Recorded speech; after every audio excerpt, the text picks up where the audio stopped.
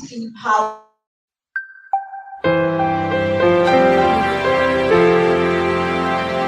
the fact that those that are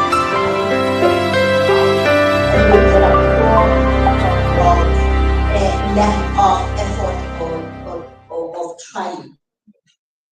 But rather than dwell in doom and gloom, this is really a moment, especially because South Africa and the AU has now joined the club of 20, for Africa to speak in a united voice. That is the first thing that I want to suggest. And there are two ways in which, in my view, Africa is to speak in a united voice. I mean, one of the things that happens when we are in gatherings like COP is the fact that we go very fragmented. And every country wants breadcrumbs to what is being offered on the table. Here is a moment where South Africa and the AU need to come together and really start putting issues that concern Africa on the table. We can be very divided as South Africans, but if Twitter is any indication, yesterday when we got that little clip from the American president about the things that are happening in our land, the unity that came to say, first, we are a sovereign country, and do not touch us where land is concerned, because this carries quite a lot of deep-seated hurt about dispossession. Now, this was about South Africa, but I think the same unity that was evident yesterday is the same unity that we need to show about the scramble for resources in Africa where we are portrayed in a particular manner. So the first thing is speak as Africa in a united voice around key issues that Brazil fortunately put on the table, and additional others like debt transparency and stopping illicit financial growth. The second thing that we need to do is to sort out and put our house in order as Africa. I think this is not a G20 of finance minister, this is not a G20 of president, this must be the people's G20. So how are we ensuring that in the different African countries, even at AU level, the most affected, who are mainly women in rural areas, also have a voice in G20 measures? And that is why W20, Y20, and C20 in particular has to make sure that it adheres to the principle of inclusivity and leave nobody behind, so that all the voices, and we create an enabling environment for all of the voices to be heard. I mean, Oxfam and even with the Brazil presidency started a campaign which demonstrated through data that if you tax the super rich, where right now they are paying very little taxes, they've got tax havens in different countries, etc., etc., you will be able to put a lot of funding in social goods. We are having a lot of countries, and some of the studies that Oxfam has produced, who are taking loans that have got no transparency from the World Bank, IMF, and others, and as a result, they adopt austerity measures that will make them disinvest in social scaling. We saw Brazil put on the agenda the issues of hunger on the table, and we hope that that agenda is going to be seen to carry forward. Where climate change and energy is concerned, we need to understand the gendered nature of energy poverty. We need to understand how it further marginalizes rural communities. And that just transition cannot only be talking about technologies, and we are also going to have to talk about how do we build resilience in communities like in South Africa, Witbank and others that have relied on coal, but now we are saying we are transitioning. So we are going to have to make sure that our economy and the current economy that does not put people and planet at the fore is not sustainable. And I think we implore on our leaders to start putting these issues on the table, but they cannot do this alone. and it can be a top-down approach, the interaction, and definitely making sure that Y20, T20, which are think tanks, and C20 in particular, are able to really take on these issues and make sure that there are working groups that can also suggest some policy directives to all the leaders. Thank you.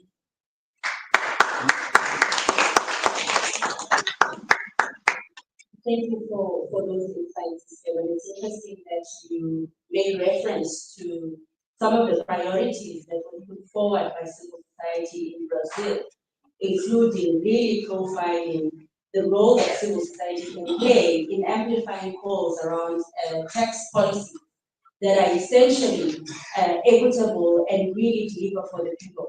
Now, to move to Vista, effort that works at the intersection of tax and debt. And so, in terms of tax policies, can you talk to us a little bit of how they play a critical role in mobilizing domestic resources, as well as how this could be used to advance sustainable development? I mean, African countries essentially rely on revenue generation from tax. So how do we use this moment, which is the G20, to really influence outcomes around the energy transition and working groups? Thank you so much. Thank you so much for pushing it. I'm just building on what you said. I think that it's important for us to recognize that Africa's energy transition should not be funded in a way that deepens debt, inequality, vulnerability, or reinforces these dependencies. And so we must also then recognize that a tax system, tax reform doesn't happen within a year. As you've seen with the UN tax subvention, for example, it takes a long time, right? And just this morning we get news that the USA is pulling out of it. And then we have to ask again, what does that mean for us? Does it mean that we are leaving this reform that we've pushed so hard for? I don't think so. I think that there are other avenues that we can try. And I think this is particularly such a critical moment for us. South Africa is hosting the G20. The AU is part of it for the first time. The AU's theme for this year, their own theme, is a year of declarations. It is also a jubilee year.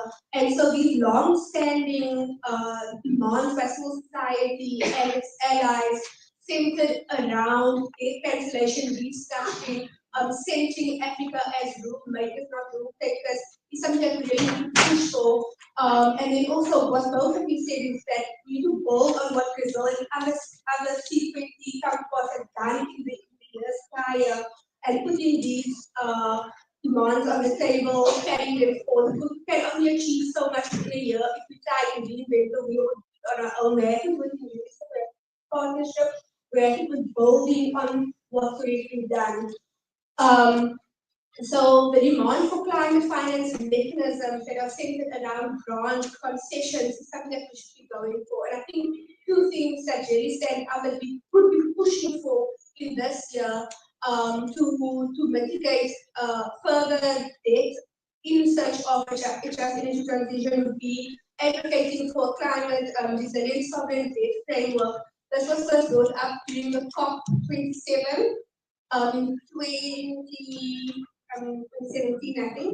And this basically says, it goes back to 400,000 years. We were saying that if a debtor is unable to meet its payment requirements due to natural disasters, then there should be the arrangement should then be catered to for that situation. So we're saying today in modern loan contracts, can we do that as well? And again, pushing the global north to their commitments, because we are seeing that this oligarch is super rich.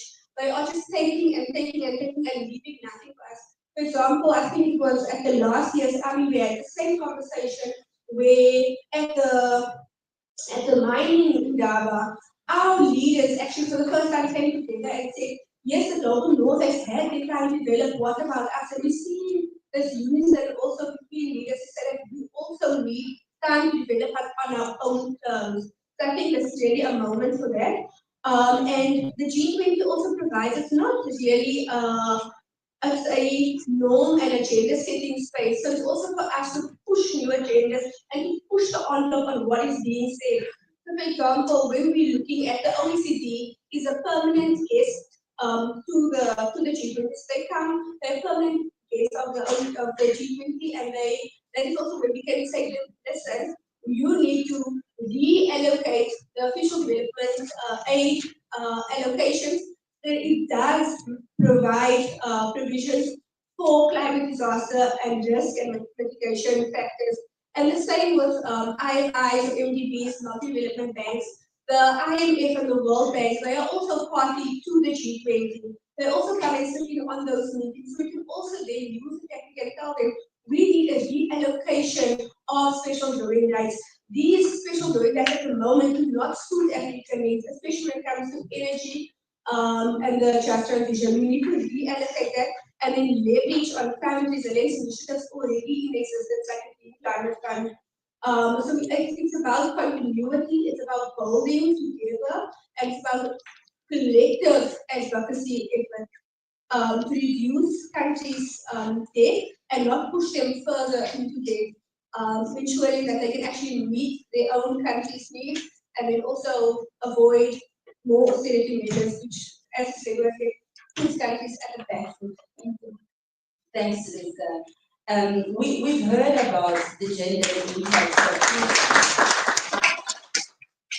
we've heard about the gender impact earlier from Moscow in South Africa, particularly on energy poverty, and Rista outlined as well that there's a critical role that we as civil society need to play within the conversations around just energy transition.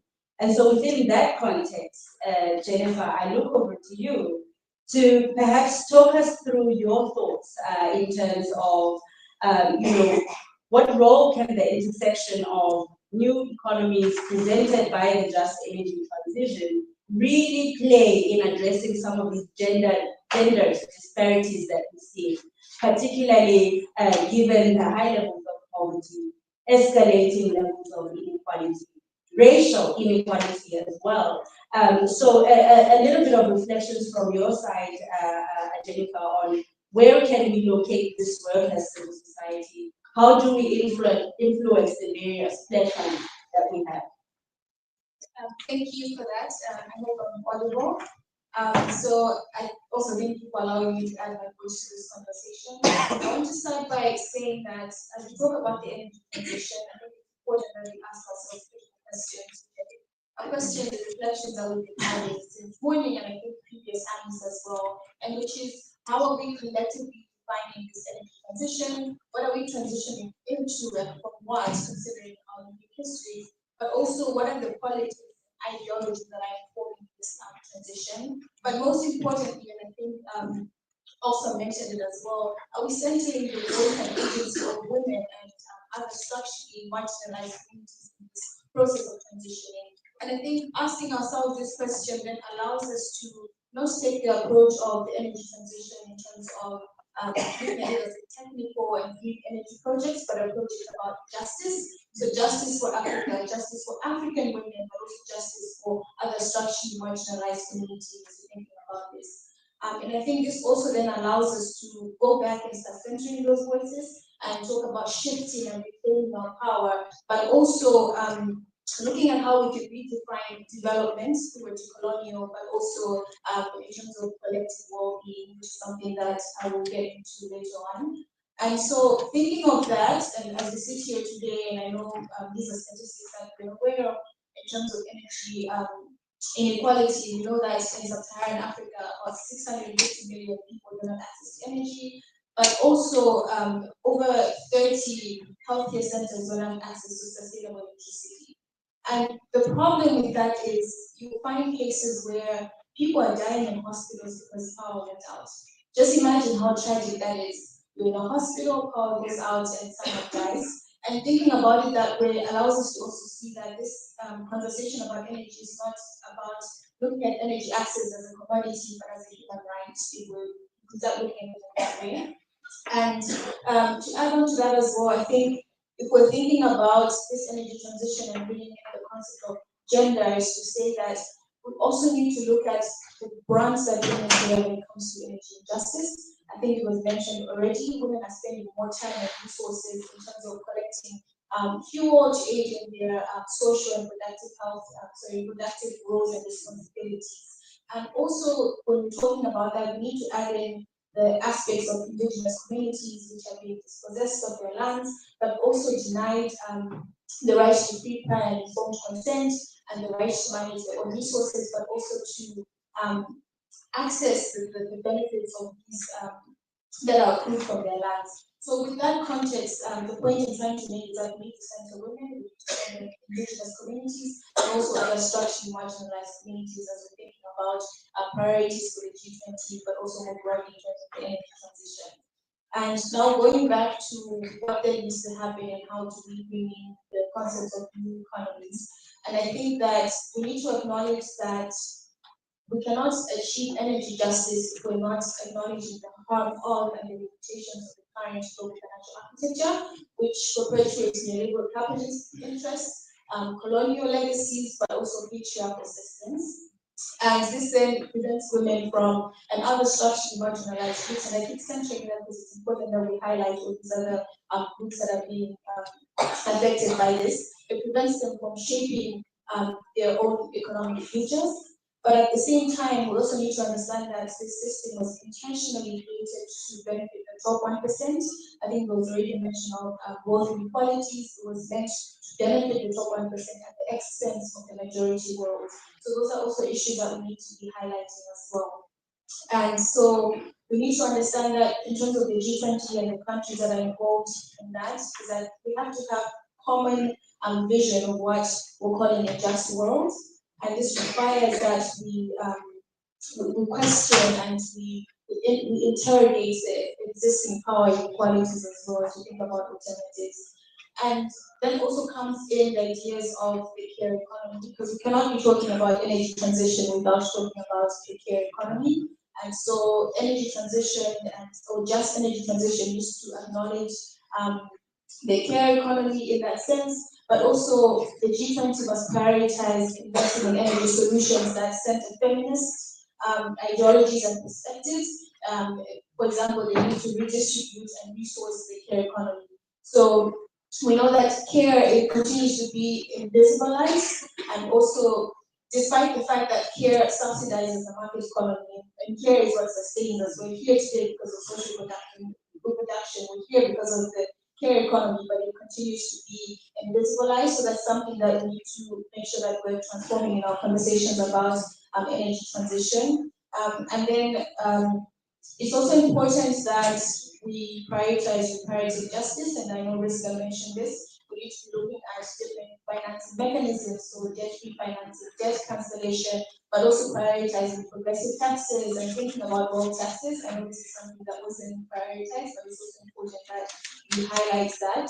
And going back to the issue of indigenous knowledge, that's something that we need to respect, we need to center in this process, we need to be thinking about those we need to be thinking about centering indigenous knowledge in our conversations, but also we need to find and prioritize grassroots movements. So women-led movements that are pushing for energy initiatives that are progressive. We need to ensure that funding is going to those different communities, but also we need to accelerate meaningful and transformative engagement of women in this process. I know there's structures that were mentioned where women can engage, but we need to ensure that it's meaningful and it's transformative engagement so that we're amplifying voices and we're ensuring that the conversation is shaped by the visualities of women in Africa. Thank you.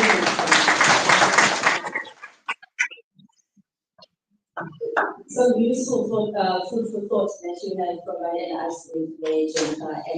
And what you're provoking here is the $1 million question. Who pays for all of it? You know, and it's been at the center of all debates and central to the outcomes of the G20 in Brazil was amplifying the need for a concentrated wealth tax and taxing the super rich. But I'd like to move over to Dr. Mitika. In terms of your reflections, in terms of what should G20 priorities be, particularly for climate change? Given that climate change is an intersectional issue, we've heard from all our panelists who've made reference to it as well. But what should we be pushing for, especially in the context of the disappointing outcomes of COP29 in Baku? And also what we're seeing in today's developments with the Trump administration and ramifications therein. So your reflections, Dr. Medina. Thank you very much, and it is a big pleasure to also share this platform with very ladies with very impeccable information. So it is now the reverse. Now this is what we call the agenda, but the small agenda now in the panel is only the man who is the minority leader. So just as an introduction, my name is Mvika and Paja, for those who are not familiar with it, I represent Pan-African Climate Justice Alliance. And apparently, the people who are seated here, we are all partners in one or the other. So, just speaking from my sister who has just spoken, just as a context, you have mentioned that the G20 was established in 1999, but we have to ask ourselves, why was it established? Was it established for the interest of Africa because we are only one African country which is represented, or it was established to advance the hegemony of the big powers, and particularly the United States? So that's question number one. Number two is that to acknowledge that it constitutes, it accounts for 85% of the world economy. And so that should tell you what that means. If it is species, or one of them species, and this again brings me to now the next question of you have asked me about what happened. Don't ask what happened in the US. The election of the Donald Trump, the biggest climate denier in the world. So you ask yourself, what happened is he has overturned the world. The Trump is actually not the accident. It is something which has built the growth of right-wing movement across the world. And that is the pattern which you are seeing all over the world, in Germany, in Europe, even in Scandinavian countries, which we use really to credit with the most progressive issues, migration, climate change, inequality, and all those, democracy and everything. Everything, you see a shifting world to the extreme right. And if the embodiment of that, then is Donald Trump. And you see within 2 weeks, what has happened in the world is really unprecedented. And everyone is feeling the heat that we don't know what will happen tomorrow. Those who work on HIV/AIDS, those who work on climate change, he has pulled out of the Paris Agreement, he has pulled out of the World Health Organization. Everything is wrapped the world. And so that is the implication of the accumulating power and wealth within a particular group of people. And I have always told people, where is the role of the progressive movement? I have always blamed them, because how come we have reached this level that the right-wing movement? And it's not accidental again. It started with Hitler, when they lost the progressive movement. And they reach that level now, they are at the climax because they are overturned things. For them, it is about them, it is about nationalistic interest, and it is about the bad things humanity. And so, so coming then to the question of the shadow of the Trump, of course, we can observe that the world will never be the same again. Whether you are working on health, in humanitarian, in democracy, in climate, migration, you saw the pictures of people. They changed. That is not the world which we want to see in the current, in the 21st century. But then coming then to the G20, I was in the COP 29, in fact, and most a number of us were there. We fought to that day. What we were fighting for was climate finance. And climate finance, which is equitable and which is accessible and which can really support people at the front line of climate crisis. And those people are everyday crisis. I have seen those are the same people who are at the front line of the mining challenges we are addressing today. So there is direct proportionality between climate crisis, what we are fighting in that, and even when we are talking about events, when we are talking about inequality, when we are talking about everything addressing climate change is all systems. It is everything we need to work with to do the imperatives of climate justice. And so we were fighting for 1.3 trillion US dollars as the quantum of money we require to address climate crisis, particularly adaptation in Africa. We fought to that name. There was walkouts, there was everything we want with African people and everybody. But what the concession was 300 billion US dollars. If you ask me how that will come, then I will not tell you, because even we have been talking about 100 billion US dollars, it is only the OECD which has always said that it delivered. But I am sure none of you have ever seen that money. So where we given this 300, even when we are going to Belém, we are passionate now, still fighting for 1.3 billion. But even that 100 billion, we have never seen. In Dubai, in 2028, we were fighting and fought. We told our government, you are going to be deceived by Trump and his proxies. They fought and they were deceived that we are going to give you 700 million US dollars for loss and damage.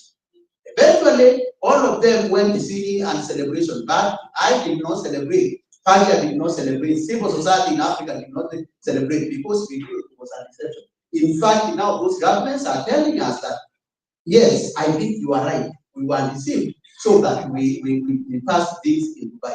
700 billion US dollars is not even a salary for one person, Ronaldo, who plays in Saudi Arabia. But we were celebrating everything about 700. But even then, it didn't start. These are the things which we are really the geopolitics, which we find ourselves. So we are going for adaptation, and we will still continue fighting. Ladies and gentlemen, the fight, and I like the spirit of South Africa, that the fight, even in the minds, we need to keep fighting. We need to adopt that spirit. It is not easy. It is about money. It is about resources. We have to fight. Whether we join the G20 as Africa, South Africa has been there. And even when they were there, people died in Marikana. Even when we were there, people are dying. I hear people are being pulled in mines for mines even now. So these are the things we need really to overcome. Things. How are we going to do that? Mobilization, generation of green commerce. We need to work together. We need solidarity with the women, the feminist movement. We need solidarity with the inequality movement. We need solidarity with the health movement, with tax justice movement. Let us stop working in isolation. The enemy is so formidable, ladies and gentlemen, that there is nothing we can do alone. Even as we have realized within the climate justice movement that we need others, we need work. Once we generate that critical mass of armies, we are going to defeat the enemy. Trump will not even win. We are going to kick him out of the world. But if we don't unite, I can see we are going to be banished. Are we going to accept that? No. We need to work together. So I would urge that we work together. So the other thing she has mentioned about this just transition, and actually it is apt. Just last week, I was in Tanzania attending African Head of State Summit on energy. You listen to them. It is the same story. It is the same corporations, big companies, big foundations is talking about energy. In fact, I didn't see the people I'm seeing here. And that's why I came here. I said I will not attend the meeting in Indaba. This is where I belong, because this is where the voice of the people is. They are talking about, just a simple voice, they are talking about the actual mission 3 added. But mission 3 added for energy, actually chaired by a woman, one of the most prominent women, Suluhu of Tanzania. But we challenge them as a civil society. Is it not going to be the same story? When we are the next summit, how many people will be pulled out of energy poverty? I can assure you it will be the same story. There are 25 renewable energy initiatives in Africa. But why do we have 600 million people in poverty, on energy poverty? It is because we have misplaced priorities. We just only rely on a failed model of development, the top down. We need to promote bottom up, people-centered, people-owned, people-controlled initiatives, and even energy systems, and that is the people which are actually manifested in this movement. Let us keep fighting. It is not easy, but let us not give up. Thank you very much.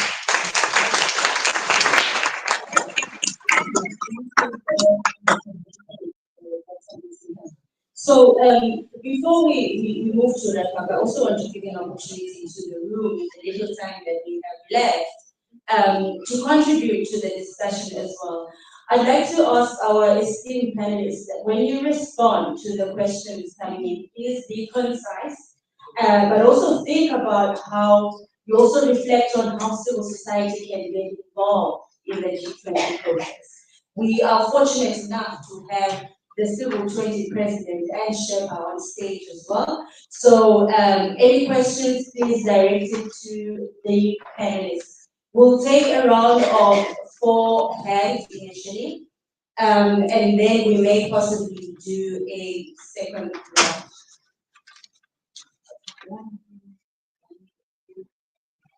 Do we have roving mics in the room? Roving mic support in the room. Covering my guys, figure it out. Oh, there you are here. Great. So we have one hand here, the next one there, and we have 2 on that side. So we will come back to this actually. Yeah, thanks to the panel for, I think, a good setting of priorities for G20 and civil society. Andile Zulu from the Alternative Information Development Center, and just 2 points, most of them questions that I think are quite crucial for the room in general. I think one thing that we have to be worried about when it comes to the just transition partnerships is not just the issue of debt and the then outcome of austerity, but we have to be concerned about the conditionalities to which we get finance. In other words, what are the terms and conditions in which finance is given? Because right now, the paradigm of climate finance is de-risking. The World Bank and the IMF gloats about this all the time. They say in the instances where we can't get domestic resource mobilization, we're going to de-risk green energy projects. In other words, we're going to make them as least costly as possible for investors, and then we'll externalize the costs to citizens. So we're going to lower minimum wage, we're going to get cheap labor, we are going to commodify public services, we are going to privatize state-owned enterprises, and so on and so on. So I think that's something that we really need to look out for, because what this is, it's structural adjustments under the guise of trying to solve the climate crisis. But then the other issue that I think is often missing from civil society when it comes to climate and the just transition is the centrality of workers. Because throughout the whole day, and even in this panel, we're asking questions of how are we going to get them to pay climate reparations? How are we going to get them to change the way in which they give us finance? These are some of the most powerful nations backed by some of the most powerful capitalists in the world. They won't listen to you unless you make them listen to you. And the unfortunate reality is that they cannot make profits without workers. Workers are a vital tool for them to be able to extract, to make profits, to build wealth. And it has only been when workers are organized, militant, and democratically conducting themselves and suspending their labor are you actually able to get leverage against those private institutional investors, against capitalists? So I think we as civil society have to ask ourselves, how do we begin to help building within Southern Africa and beyond the continent a militant democratic workers' movement that will scare institutional investors, capitalists, and states in the global north to the point where they have no choice but to listen to you, because if they don't, they will lose profits and their ability to accumulate wealth.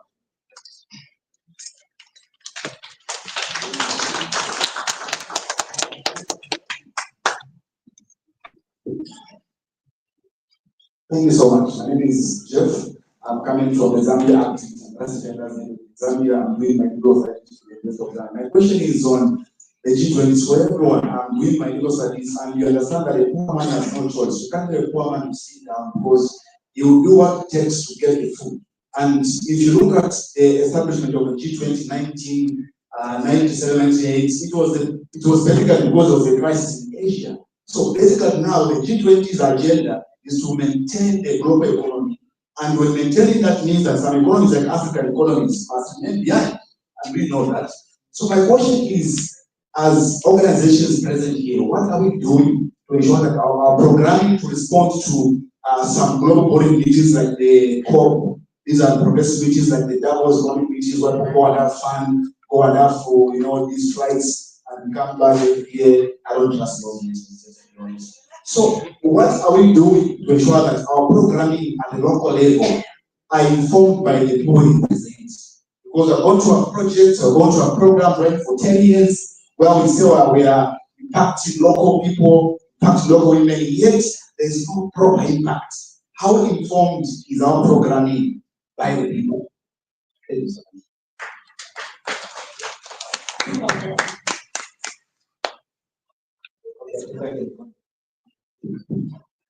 Okay, my name is Indaba. I'm coming from Zambia, from the Center for Trade Policy and Development. First of all, thanks to our panelists. I think that was quite insightful. You brought out a lot of points. But I think of particular interest to me was the issue of unity. And my question is going to be, how can we get our African leaders united? I think if we're going to have the just energy transition that we're talking about, we need to have a united Africa specifically. For example, talking about Donald Trump and how he's imposing tariffs, but I don't know how many have seen the response from the European Union. So they're giving a collective position, right, with one voice, but I think it's not the case in the African context. For example, take a look at what's happening in ECOWAS. They are already breaking out of the alliance that we have.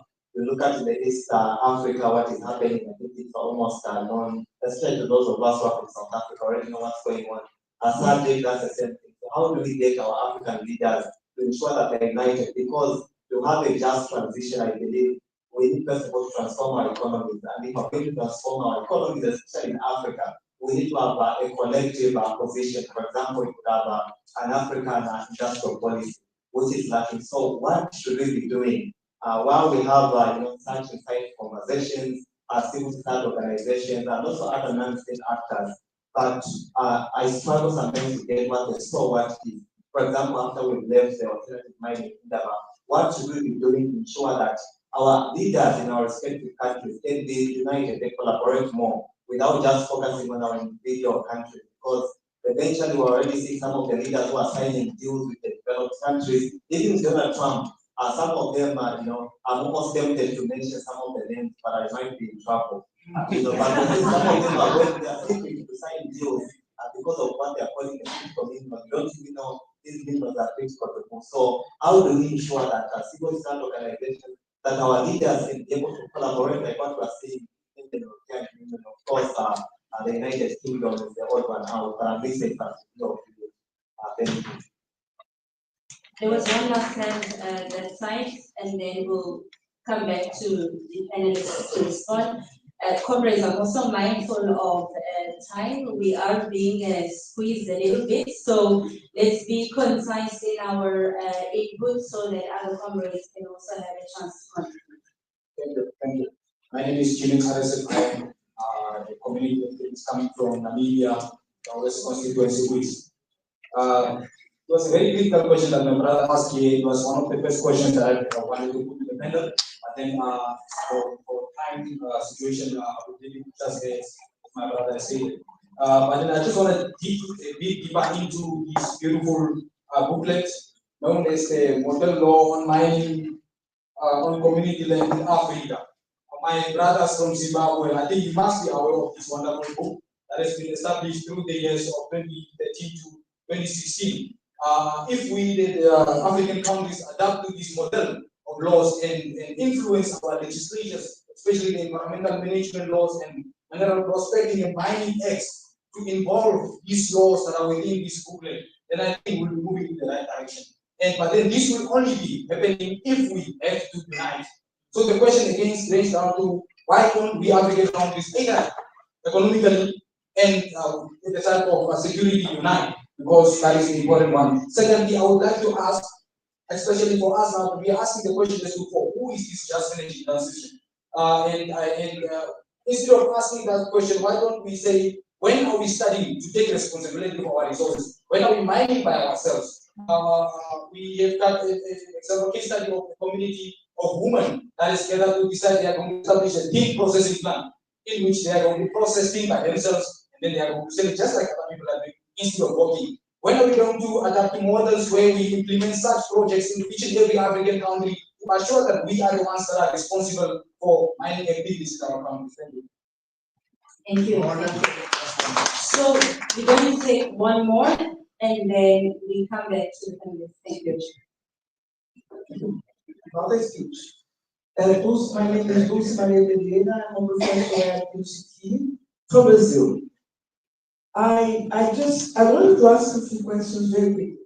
First of all, do you consider that the world changed completely after the Brazilian G20? For example, that most of the big organizations such as World Bank and all of them took off their platforms. The discussions on hunger, on environment, and on poverty. Secondly, are you considering that the G20 is a meeting of states? And in Brazil, where we were able to include hunger because it was an agenda of the president.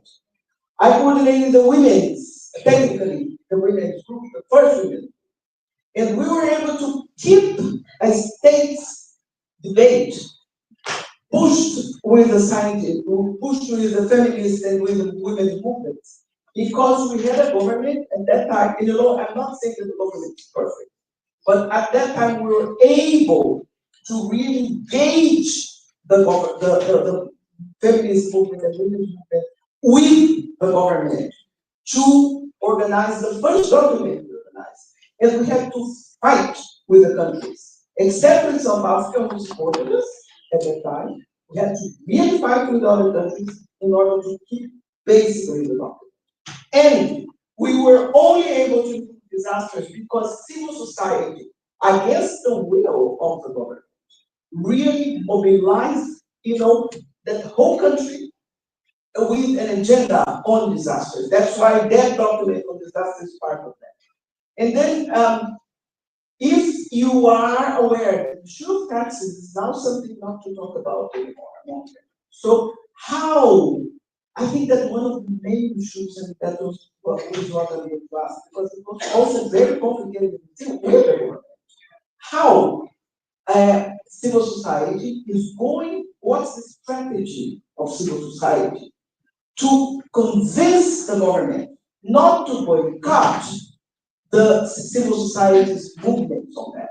Because even in Brazil, if you think, for example, the youth movement and all the other civil society groups were included after a long time of very, very active struggle of civil society. Finally, what are you thinking about the women issue? Because the women's group of the traditional of women, energy group, is a group that is organized by business women, and they are there to defend their interests. So we fail on that in Brazil. I came for it because we were not really able to have a strong organization of women, women in civil society, you know, when the feminist movement. So please, how are we going to do it? You know, and count on us. Great, thank you. Thank you so much for that. So, in response to my esteemed panelists, comprehensive reflection on what you have heard. I'll give you 2 minutes each so we can wrap it up. But please focus on how civil society can get involved. And to the audience in the room, I know it's a lot of content to take in such a short period of time. We have a dedicated time as well tomorrow through the Ideas Lab, where we will unpack some of these demands and what this really means for us in our programming, in our engagements with women's groups, and mobilizing civil society as well. So we will have dedicated time to unpack it and formulate our own demands, particularly on key questions on the energy transition. Over to you. I'll start from the right towards the left. Thank you. Is this on? Yes. Oh, okay.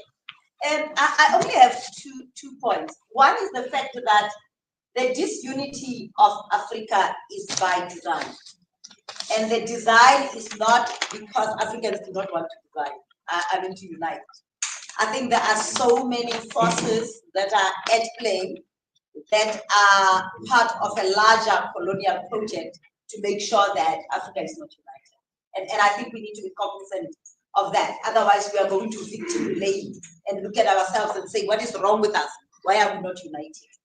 But what gives me hope is organizations that are regional, like AfroDead and others, that are really bringing civil society, not only across Africa, but across the global south.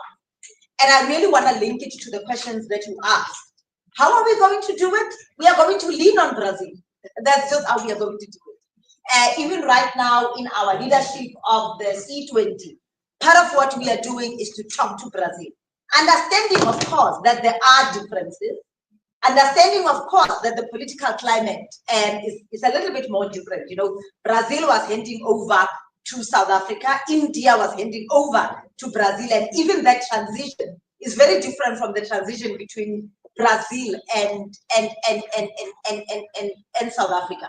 And so we are going to have to be very cognizant about what are some of the things that you managed to do in Brazil.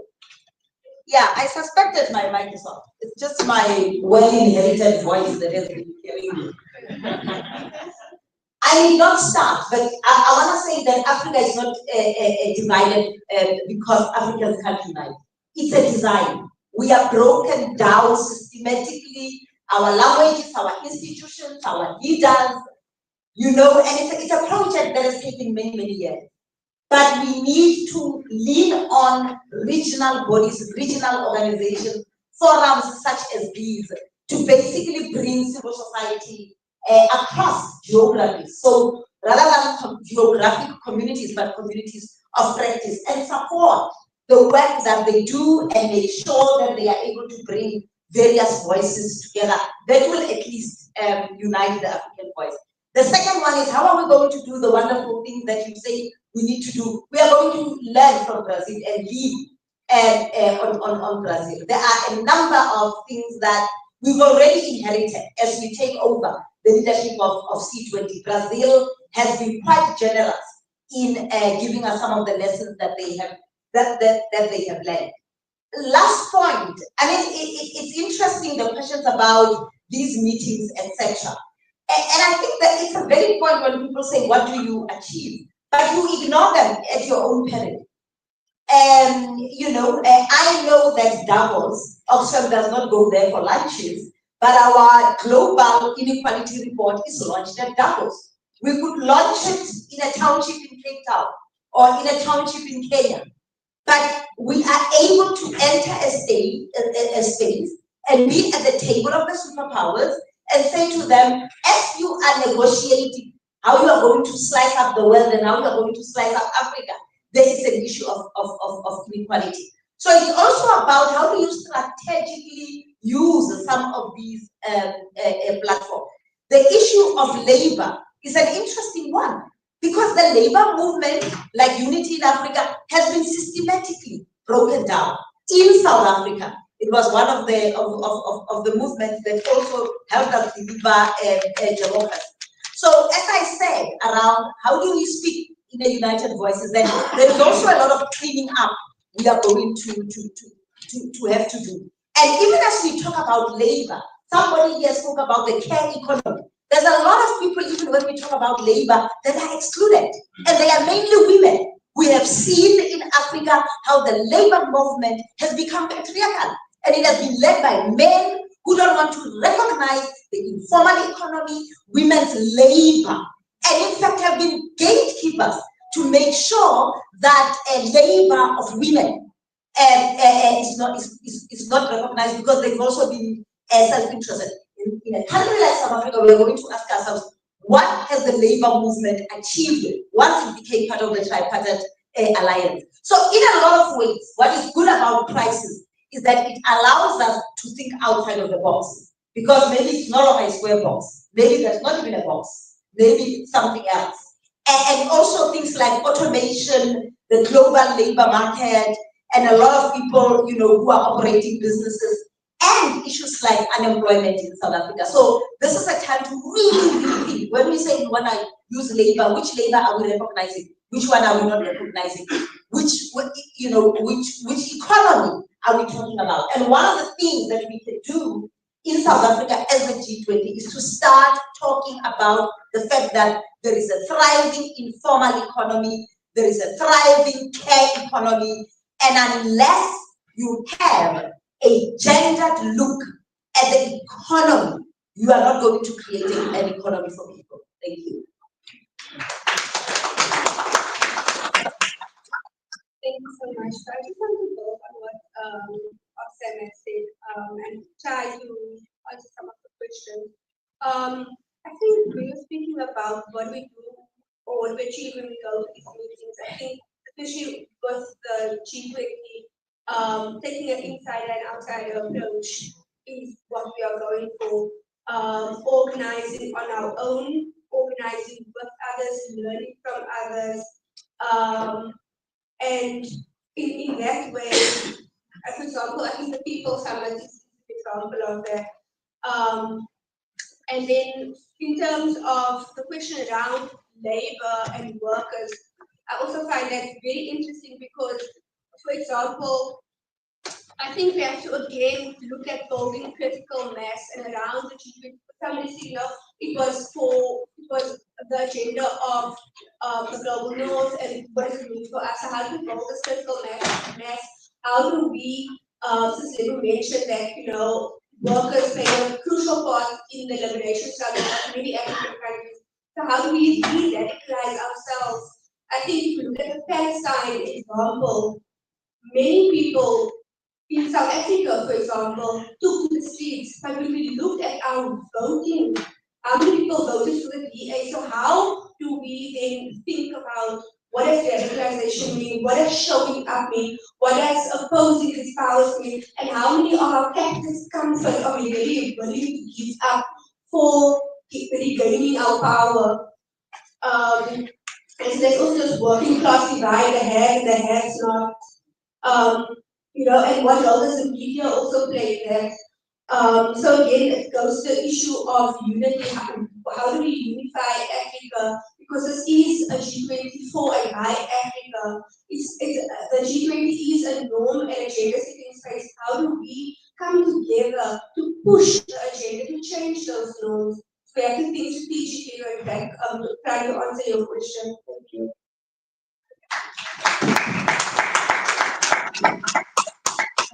Thanks everyone for those reflections, and the thoughts that I had have been brilliantly laid out by Alfred and Krista. But I think what's important is to recognize that if we're going to build regenerative economies and well-being economies, we need to build a movement of movements. So we need to connect to labor movements, we need to connect to the debt movement, climate movement, women's movements, feminist movements, and come up with our collective vision of what we're calling this well-being economy and take a systems approach. We cannot do this in isolation. We have been, but like what was mentioned, is being designed that way. And I think it's time that we call that out and start to connect with each other. I think there are a lot of spaces where we come and connect. So the army is a good space where you see the connection to the climate. We talked about the gender connections, and there are other spaces as well where we meet and connect. So I think it's important that we continue to grow the movement, but also it's important that we highlight feminist consciousness raising when it comes to these issues, so that we understand the systemic issues and where they're rooted from, and also come up with progressive demands and alternatives to the current realities right now. And also just highlighting the inside-outside approach. I think oftentimes when you look at it, you think the outside should exceed the inside. But as much as we're organizing on the outside, we need to ensure that we also have people on the inside. Because if we're not on the inside, then we don't know the agenda that's being set. So I think we need to leverage these two approaches in a way that is strategic as well, and yeah, just continue to communicate with each other and continue to grow.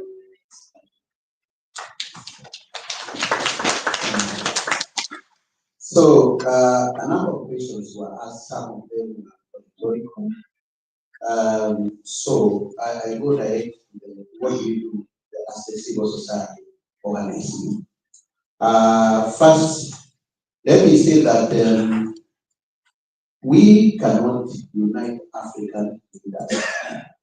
African leaders, most of them are proxies of external powers, and we need to give up on them. I don't support military takeovers of government. Look at what is happening in West Africa. It is the movement of young people which are saying enough is enough. I think first, then we have the power of young people, where you can imagine the demography of Africa. 65% of young people of Africans are 35 years and how do we have on that demography? But also, the issue then of African priorities is we are very good in doing policies. I mentioned that I was in Tanzania. There was a very beautiful Dar es Salaam declaration. There is going to be African Union meeting next week. The heads of state, the 8 heads of states and governments of the African Union. There are a plethora of them. All of them have a declaration or a decision. They do it and they wait for another year to draft it and then do another declaration. That is not the African one. We want transformation and we are given up. And so, my very few points about civil society organizing is this. Number one, we need to strengthen North-South collaboration. So how our allies in Brazil do it, how our allies in US, and because it's not only about Trump there. In fact, half of the population is opposed to them. So how do we work with them? Because we cannot work in isolation. So that is very important. Secondly, the South-South collaboration also is very important, but for us in Africa mobilization, without realizing that we cannot work in silos, is very important. And so, the proposal here then is, take example of things. For the G20, we don't look at it at that moment as just a moment. It's not. The G20 in South Africa, there was G20 in Brazil, and it didn't solve the problem. So we take that as part of the larger process of mobilization. And so we link that with the key moments across the world, including what we are doing here. This should be seen as a build-up here and organizing. And so there are so many key moments, Afro-Dan, for instance, and Tax Justice Network leading us in the FFP4 and link that. We have us working on climate and climate justice, take up on the path on the COP28 and the World Resources Summit in Qatar, and all those key moments. So we take them as a journey. By the time we reach COP30, then we will have built a very big momentum, which is going to be again hosted. I hope now we are going to meet in Brazil and ensure that we work together. When there is an ongoing economic justice campaign already, which was launched during the UN Civil Society Conference in Nairobi. I think because they have identified the G20 as part of that moment, we need to link that, but the circle in South Africa as the anchor of that, the South African civil society and the African civil society. So that perhaps what would emerge out of that would be maybe an body-based organizing committee anchored in South Africa, which I know that the C20 manifests that, but also broadened with other movements, so that now we build that, and the South Africa provides leadership, so that when it coming in those breakout committees and those others, we are going to be part of it and building on them. If we do that, we are not going to be lamenting that if they have failed us. We are going to continue to tell us, yes, you have failed us, but we are going to get to it forward. Finally, the final point is how I can see my friend Patrick is working up. We need to take Trump as an advantage. We use it as a mobilization. We want to start a campaign on sanctioning Trump and the US. We ban them from any global meeting. Let them stay, we isolate the US because they think that they are the heart of the world. Thank you.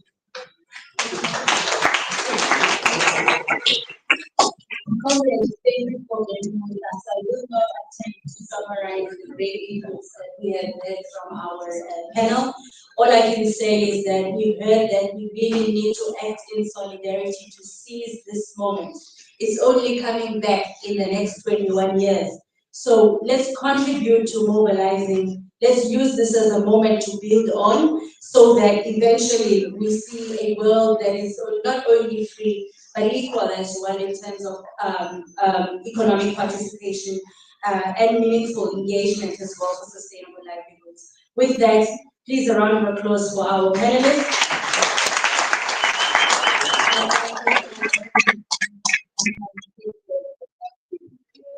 Thank you very much. Okay.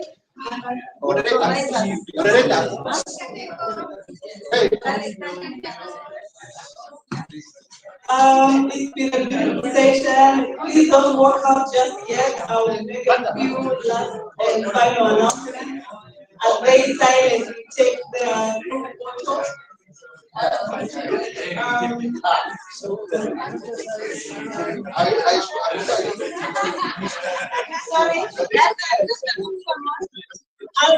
I'll silently taking the group photo. I'll start taking the group of the announcement.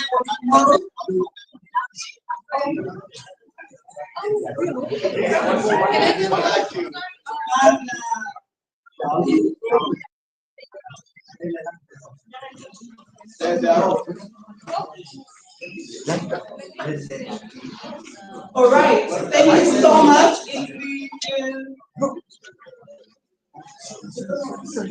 It's been a beautiful day for all of us. I will equally not attempt to summarize the session or summarize the day because I know we are tired and we would like to break off now. If we are silent for 2 minutes, we should be able to wrap up.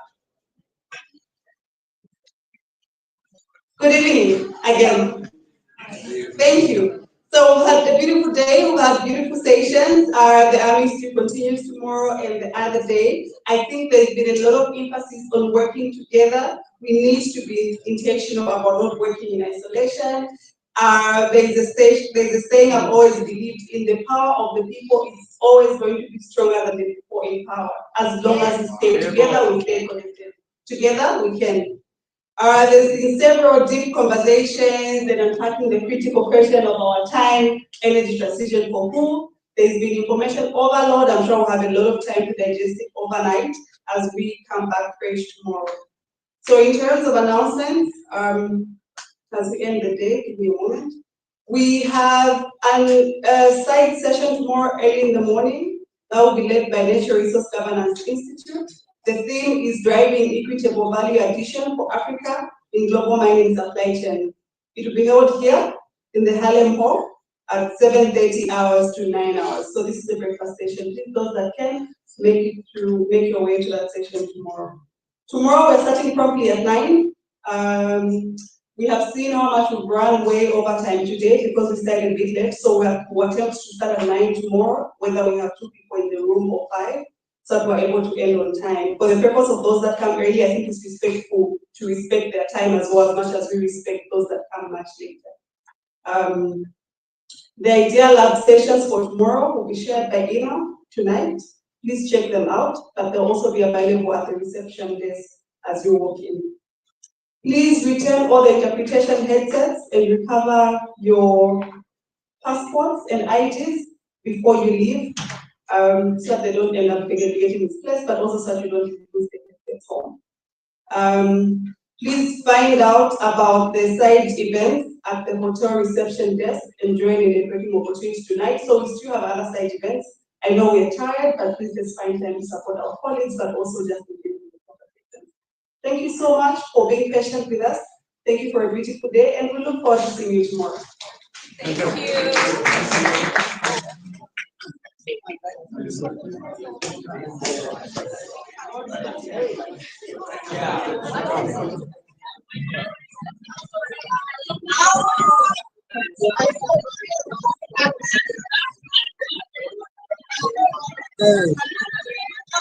Done for today.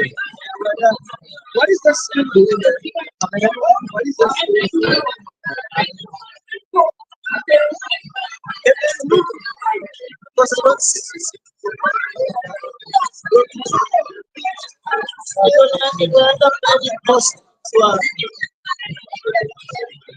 Oh, you're not all school.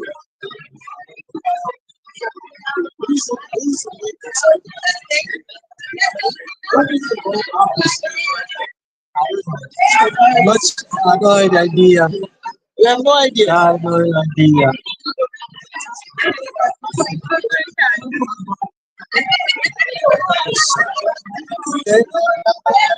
Está terminar. São os debates.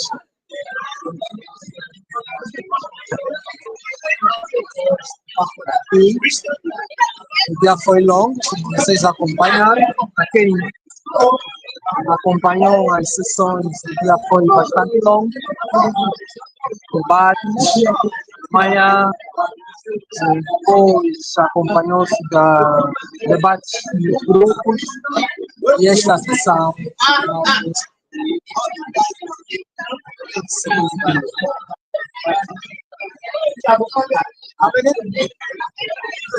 Esse segundo dia, então nós vamos ficar por aqui até a próxima oportunidade. He says you have yes. Yes, they were taking. Why not taking the whole thing? Yeah, yeah, I want his speech. You want? Okay, I'll send to you by WhatsApp. You can send. I can send to you take by my WhatsApp. Okay. Yes. I want his speech. I want. Very, I like